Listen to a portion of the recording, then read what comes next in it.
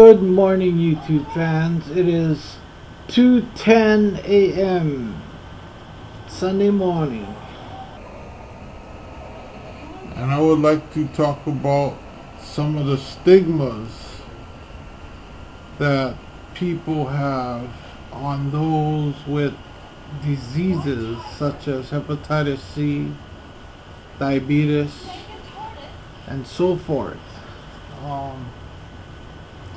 But before I speak my mind and get on those subjects,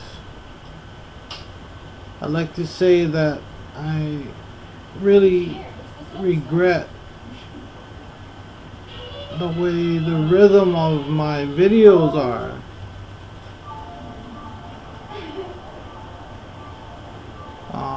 And my energy level is really low and weak because of the illness. It comes out at stronger at different times and healthier at different times. But and I would like to talk about that in another video where we could use our thoughts to change the chemistry within our bodies, our cells, and our synapses and neurons. That we actually change the health. Because those who have an illness or disease, they might contract it. And I think that if I shed some light on what I have studied and researched for many years on how one contracts hepatitis C or diabetes, in fact, you will find that there is many it's very difficult to contract these diseases on a regular normal basis. Hepatitis C is contracted through blood.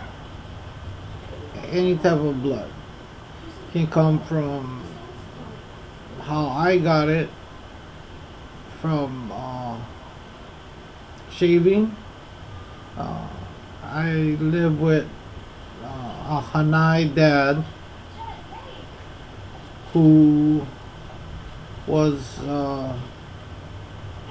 U.S. Army back in the Vietnam War, who contracted hepatitis C, and he was living with me back in the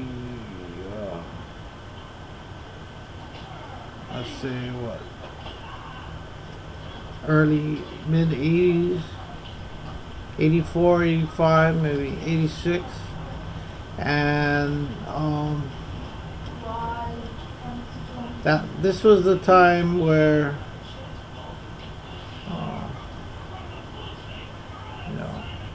hepatitis C was not as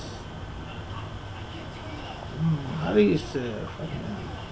Like they weren't known as today, but it was going around, it was spreading. Okay, so one fact is that hepatitis C is more people in America has hepatitis C than AIDS. That's a fact. As far as the numbers, I can't remember the numbers. But like I said, this person had hepatitis C and he used my razor. I shaved, and that's how, when back in about that was around 86. I say it happened, and it wasn't until almost 1998 that I found out I had the virus. So I was living with it for a while. You can get it through toothbrush or any way that you can tattoos, transfer blood from one person to the next. That's it. Talking, spit is like real rare. It's a rare occasion, according to the studies, that you can contract hepatitis C. So that's a rare occasion. Sex can, if there is some kind of blood, cuts or things like that. A lot of people in the hospitals, a lot of nurses were catching hepatitis C because of practices of precautions that they weren't doing to prevent themselves from getting the blood from a infected person, to them. So a lot of nurses were catching it at one point in time. I think today they're very cautious. They have things. The way they do things is very careful. But still, even though people don't understand that, they think that as long as you have some kind of disease, like you're bad, like you're worth shit, man. You're nothing. That's a bad thing happened to you. I even had a doctor. I went for my gallbladder. I had something in my gallbladder, and he said, "Oh, he doesn't want to operate on me because it's too close to the liver." And I've been married. I think I went on a 22nd year of marriage with my wife, and he turns around and tells her, "You married to him?" Real sarcastic, like made me feel like, oh, why would you want to pick a guy who has disease like this? Why would you want to be with a guy with a fucking illness like this? And that's what we gotta live with. But there's a cure.